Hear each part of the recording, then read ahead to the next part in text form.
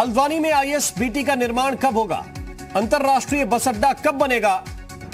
यह सवाल एक बार फिर से उठने लगा है। आरोप और प्रत्यारोप की राजनीति जोर पकड़ने लगी है। दरअसल 2008-2009 में हल्द्वानी के गोलापार में आईएसबीटी बनाने को लेकर सरकार ने अनुमति दी थी, लेकिन अगले 6 साल जमीन परिवहन विभाग को ट्रांसफर नहीं की गई। 2015 में 8 हेक्टेयर जमीन वन विभाग ने परिवहन विभाग को ट्रांसफर की। इस पूरी प्रक्रिया में करीब 2.5 करोड़ रुपए का खर्चा आया। जमीन हस्तांतरण के बाद आईएसबीटी के निर्माण के लिए करीब 2700 पेड़ भी काट दिए गए, लेकिन खुदाई के दौरान नरकंकाल मिलने पर 2017 में काम रोक दिया गया और इसके बाद यह काम शुरू नहीं हुआ। बीजेपी सरकार ने दूसरी जगह आईएसबीटी बनाने की बात कही है। खबरों के मुताबिक तराई वन प्रभाग में जमीन की तलाश की जा रही है। इस बीच खबर है कि गोलापार में आईएसबीटी के लिए दी गई जमीन परिवहन विभाग ने वन विभाग को लौटा दी है।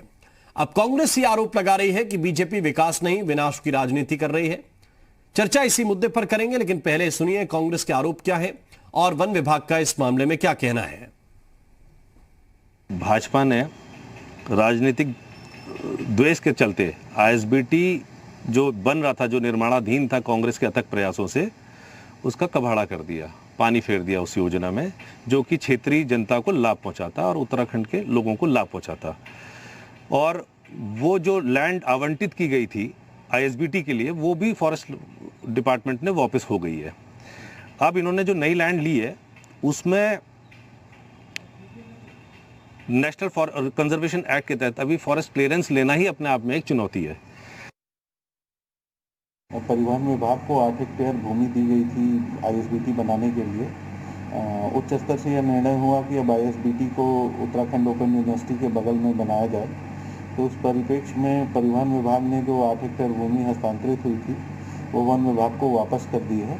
भारत सरकार द्वारा यह अपेक्षा की गई थी कि पूर्व में आवंटित भूमि क्या वन विभाग को वापस हो गई है या नहीं। उस क्रम में भूमि वापस हो गई और भारत सरकार को यह सूचित भी कर दिया गया था। और आइए चर्चा की शुरुआत करते हैं। देवेंद्र भसीन जी हमारे साथ जुड़ गए हैं, प्रदेश उपाध्यक्ष हैं भारतीय जनता पार्टी के, और सूर्यकांत धस्माना जी हमारे साथ हैं, प्रदेश उपाध्यक्ष हैं कांग्रेस पार्टी के। सबसे पहले देवेंद्र भसीन जी, सवाल आपसे, और सवाल यही कि हल्द्वानी के लोगों को क्या अंतरराष्ट्रीय बस अड्डे की जरूरत नहीं है? क्या आप लोगों को लगता क्या है? 2008-9 की बात, 2020 में भी चर्चा इसी बात पर कि जमीन कहां पे होगी, कितनी होगी, कैसा बस अड्डा बनेगा? कि हल्द्वानी में आईएसबीटी का निर्माण बहुत शीघ्र प्रारंभ होने वाला है और जो भूमि आवंटन की बात अभी कही जा रही थी वो औपचारिकता भी अगले 2-4 दिन के अंदर पूरी हो जाएगी और बहुत शीघ्र ही वहाँ पर निर्माण जो है धरातल दिखाई देगा। जहाँ तक इसकी पृष्ठभूमि का सवाल है तो मैं याद दिलाना चाहूंगा कि इस गोलापार की जमीन का जो निर्णय था वो माननीय भुवन चंद्र खंडूरी जी जब मुख्यमंत्री थे उनके समय हुआ था और वहाँ पर वन विभाग से जमीन मांगी गई थी और वन विभाग ने जमीन हस्तांतरित भी कर दी थी और वहां पर बाकायदा शिलान्यास हुआ। खंडूरी जी और भगत जी जो हमारे वर्तमान प्रदेश अध्यक्ष हैं उनके नाम के शिलापट भी वहां लगे। लेकिन जब काम थोड़ा आगे बढ़ा तो प्रदेश में सरकार बदल गई और कांग्रेस की सरकार आ गई और इसी बीच में जो भी आपने रिपोर्ट में भी दिखाया यहाँ पर यह आपत्ति आई कि यहाँ नरकंकाल है। एक वर्ग समूह ने कहा कि यहाँ पर हमारा कब्रिस्तान था। तो कुछ ऐसी आपत्ति आने के बाद ये महसूस किया गया कि यहाँ पर अगर हम इसका निर्माण करेंगे तो निश्चित तौर पर विवाद की स्थिति रहने वाली है और बेहतर होगा कि हम कोई और विकल्प जो बेहतर हो उसका चयन करें। इसलिए वहां पर निर्माण को रोक दिया। कांग्रेस सरकार नहीं रोका, हमने नहीं रोका, वो कांग्रेस सरकार के समय में रुका था। परिवहन मंत्री जी ने फाइल मंगा के अपने पास रख ली थी।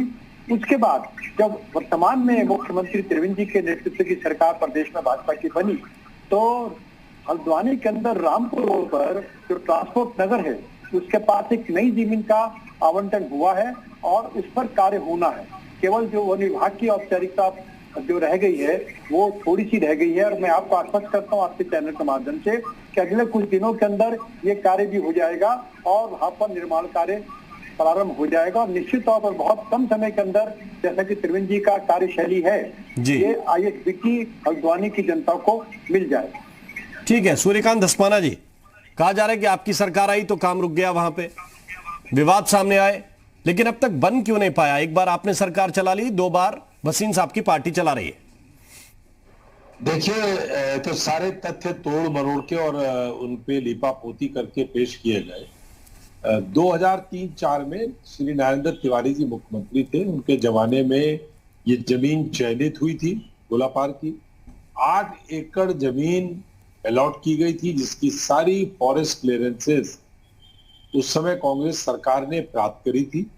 उनकी सारी फॉरेस्ट क्लियरेंसेस प्राप्त करने के साथ साथ 40 एकड़ जमीन बदले में, जो 8 एकड़ जमीन गोलापार मिली आईएसबीटी के लिए, उसकी एवज में 40 एकड़ जमीन सुराड़ी गांव बागेश्वर में ये वन विभाग को ट्रांसफर की गई बाकायदा जी। और जो ये जमीन चयनित हुई थी, आपको मालूम होना चाहिए, इसमें जो इसका आईएसबीटी का काम शुरू होने से पहले 2625 वृक्ष उनका पातन किया गया और उनका पातन करने के साथ ही 4,94,00,000 रुपया इसके लिए सरकार ने बाकायदा अवमुक्त किया।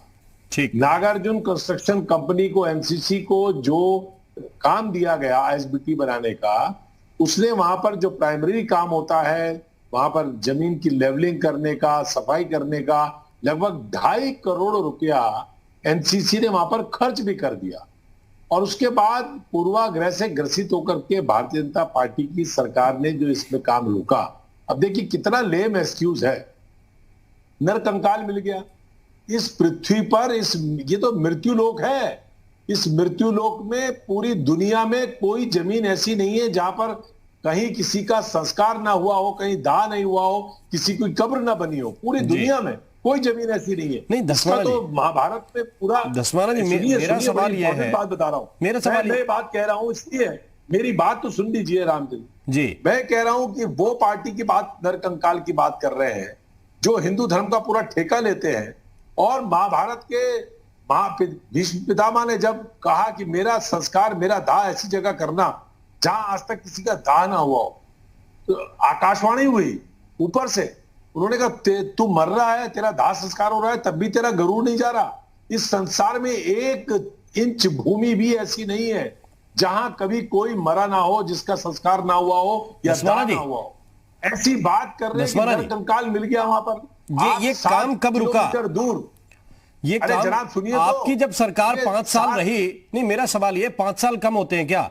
आप कह रहे हैं कि नारायण दत्त तिवारी जी जब सरकार चला रहे थे तब आप लोगों ने मंजूरी दी, तब चयन हुआ था, तब मंजूरी दी उन्होंने, भूमि का चयन। वही तो मैं कह रहा हूं, उन्होंने चयन किया, फिर बीच में बीजेपी ने सरकार चलाई। सुनिए तो, नहीं, सुनिए तो सही। हाँ। चयन होने के बाद इसकी प्रक्रिया छोटी नहीं होती, इसकी कई क्लियरेंसेस होती है। इसके बाद बीजेपी की सरकार आ गई, क्लियरेंस होने के बाद अलॉटमेंट हुआ, अलॉटमेंट के बाद इसकी एवज में भूमि थी, वो बागेश्वर में 40 एकड़ भूमि हस्तांतरित हुई बाकायदा वन विभाग को। ठीक है। इसके बाद पैसा मुक्त हुआ 4,94,00,000 रुपया, ये कांग्रेस की सरकार ने दिया किसी को जी। नागार्जुन कंस्ट्रक्शन कंपनी ने कब दिया? ये टेन्योर भी बता दीजिए, जनता को आसानी होती है। 2.5 करोड़ रुपया, 2.5 करोड़ रुपया। अरे ये तो एक प्रोसेस होता है गवर्नमेंट का, लगभग आज एक काम शुरू होता है। अरे कौन से 5 साल में हुआ ये तो बता दीजिए दसमाना जी। मैंने ये थोड़ी कहा 2003-4 में शुरू हुआ, 3-4 बता रहे ना, ये 3-4 में शुरू हुआ। ठीक है, 2003-4 में फिर खंडूरी जी आ गए। मैं बात आपको दसमाना जी, खंडूरी जी आ गए, निशंक जी आ गए, सुन तो लीजिए। छोड़िए, नहीं, ये छोड़ नहीं सकते बीच में। मेरे पॉइंट टू पॉइंट चलते रहिए ना, पॉइंट टू पॉइंट चलते रहिए। आपकी सरकार ने जमीन चयन कर दी, पैसा मंजूर कर दिया, फिर बीच में बीजेपी आई, इन लोगों ने गड़बड़ कर दिया, मैं आपकी बात ठीक कह रहा हूं कि नहीं? फिर बीजेपी की सरकार आई, इन लोगों ने गड़बड़ कर दिया, अब फिर आपकी सरकार आई। एक सेकंड रुक तो जाइए। गोलापार सर, गोलापार दसमाना जी 2 किलोमीटर है। मैं तो आपकी बात कह रहा हूं, आप क्यों नाराज हो रहे हैं? आपकी सरकार ने जमीन की मंजूरी दी, जमीन चयन हो गया, फिर बीजेपी के लोग आए, इन लोगों ने गड़बड़ कर दिया, फिर आप आए 5 साल के लिए, हरीश रावत जी मुख्यमंत्री बने। उस 5 साल में क्या हुआ? नहीं, हरीश रावत जी 5 साल मुख्यमंत्री नहीं रहे जी। विजय बहुगुणा साहब 2-2.25 चीफ मिनिस्टर तो कांग्रेस उसके बाद आपकी सरकार थी ना, सरकार ने काम किया। तो क्या किया? बता तो रहा हूं कि एनसीसी ने, नागार्जुन कंस्ट्रक्शन कंपनी ने वहां बाकायदा काम शुरू किया। और वहां पर काम करके उस पेड़ पातन करके 2600 पेड़ कटना कोई छोटी बात नहीं होती। वो पेड़ कटने के बाद उसके बाद उसकी लेवलिंग का काम शुरू हुआ, उसकी डिजाइनिंग का काम शुरू हुआ। तो ये करीब देवेंद्र भसीन जी, फिर आप गलत बोल रहे हैं क्या कि कांग्रेस की सरकार में एक काम रुक गया था कब्रिस्तान का विवाद सामने आने के बाद? मैं बताऊं आपसे, ये गोलमोल बात कर रहे हैं। पूरा क्रम बताता हूं आपसे, आप इनसे कहीं चलो मेरी बात को सुन लेंगे। मैंने इनकी बात को ध्यान से सुन रहा हूं। मैं मेरा कहना ये है कि ये तिवारी जी का जिक्र कर रहे हैं, मैं तो आगे आपको ले आया, मैं तो खंडूरी जी तक आपको ले आया। और मैंने ये भी बताया आपको कि वन विभाग की जमीन का मामला जो था वो उस समय, अब ये शांत हो जाए ना एक बार के लिए। नहीं, वो शांत है, आप बोलिए। वो शांत है, बोलिए। शांत है, ठीक है। तो मैं ये निवेदन कर रहा था कि कांग्रेस के समय में काम रुका। उस समय के परिवहन मंत्री ने ये भी कहा कि इसके निर्माण में गड़बड़ी है, एक। उसके बाद फाइल उन्होंने मंगाई 2, और तीसरी बात है पूरे 5 साल तक कांग्रेस सरकार थी, कुछ नहीं किया, उन्होंने केवल फाइल दबा करके बैठे रहे और आज ये राजनीति कर रहे हैं। मैं आपको याद दिलाना चाहूंगा, आपकी जानकारी में होगा, याद क्या दिलाना, गलत कह रहे हैं आपकी जानकारी में होगा कि जिस समय बीजेपी की सरकार थी उस समय 3 बड़े प्रोजेक्ट हमने सैंक्शन कराए थे। एक ISBT, दूसरा हमने मारुति का ड्राइविंग सेंटर, और तीसरा अंतरराष्ट्रीय खेल स्टेडियम। इसमें से मारुति का सेंटर तो उन्होंने बिल्कुल हवा में उड़ा दिया, वो तो बना ही नहीं आज तक कांग्रेस सरकार आने के बाद। गोला पार्क का ISBT का जो बस अड्डा था उसके मामले में दिक्कत आई।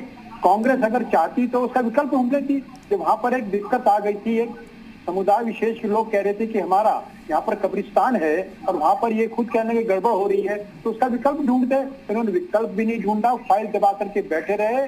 उसके बाद जब हमारी सरकार अब आई है तो हमने तेजी से काम करते हुए स्थान चिन्हित कर लिया है। मैंने स्थान भी बताया आपको कि रामपुर रोड पर। बिल्कुल गलत बात। देवेंद्र भसीन साहब, मेरा सवाल अब सुनिए। आप जो कह रहे हैं 2700 पेड़ वहां के कट गए, आप लोग कहते हैं कि पेड़ों को नहीं कटना चाहिए, 2700 पेड़ उस जगह के कट गए, 2.5 करोड़ रुपए से ज्यादा खर्च हो गया। वन विभाग को आप कह रहे हैं जमीन हम वापस कर देंगे, आपने जमीन वापस कर दी, नई जमीन ले रहे हैं आप।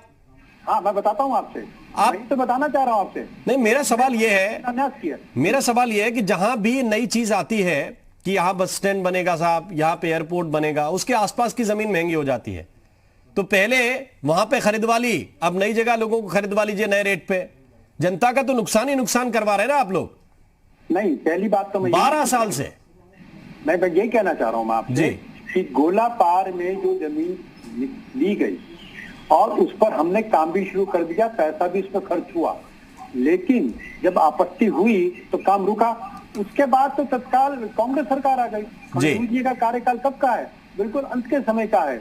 उस समय कांग्रेस सरकार आ गई और काम को पूरी तरह रोक दिया कांग्रेस सरकार ने। इनके परिवहन मंत्री जी ने फाइल मंगा ली और अपने पास रख ली। तो मेरा कांग्रेस के मित्र से पूछना है कि 5 साल तक उस फाइल पे क्या करते रहे और फाइल पर क्यों बैठे रहे? अगर विकास की आपको चिंता होती तो आप फाइल पे काम करते ना। हमारी ये हल्द्वानी की जनता को जो परेशानी होती है, जो शहर के बीचों बीच से उन्हें रोडवेज बस मिलती है, उनको उसके लिए आप दोनों पार्टियां जिम्मेदार हैं क्या धस्माना जी? रामपुर रोड पर ट्रांसपोर्ट न करें, दे रहे हैं क्योंकि बाकायदा इसके लिए चिन्हित है। तो कांग्रेस का प्रोजेक्ट था। अरे भसीन साहब, हो गया। ये कांग्रेस का प्रोजेक्ट था। कांग्रेस ने बाकायदा इसके लिए जमीन चयनित करी, कांग्रेस ने बाकायदा इसको जमीन अलॉट करवाई, कांग्रेस ने बाकायदा इसमें पैसा पूरा करने वाले हैं। कांग्रेस ने बाकायदा शुरू किया। सारा लेवलिंग का काम कांग्रेस के जमाने में हुआ, सारा निर्माण का काम कांग्रेस के जमाने में हुआ। भारतीय जनता पार्टी ने क्रेडिट ये इंदिरा हृदय को ना चला जाए, क्रेडिट ये कांग्रेस को ना चला जाए, ये प्रोजेक्ट दूसरी जगह ट्रांसफर करने की साजिश करी। 7 किलोमीटर दूर है वो, ये केवल 2 किलोमीटर दूर है शहर से और वो 7 किलोमीटर दूर है। अभी जगह का चयन होना है। अब मैं ये नहीं समझ पा रहा हूं कि वहां पे बस स्टैंड बनना था या भाभा की एटॉमिक रिसर्च एक वो बननी थी। अब सवाल यह है कि एक बस स्टैंड बनाने के लिए आपके 5 साल कम पड़ गए, खंडूरी जी का कार्यकाल कम पड़ गया, नई सरकार आने वाले कम पड़ गए। एक बस स्टैंड बना रहे हैं या फिर रिसर्च संस्थान खोल रहे हैं वहां पे, ये अपने आप में बड़ा सवाल है। ये जनता ही वहां की ज्यादा बेहतर जानती होगी। कांग्रेस सरकार बनाएगी 2022 में निश्चित तौर पे। तो ये 5 साल कम थे क्या, या भसीन साहब की पार्टी के लिए अभी के 3 साल कम है? बहुत बहुत शुक्रिया, बहुत बहुत धन्यवाद।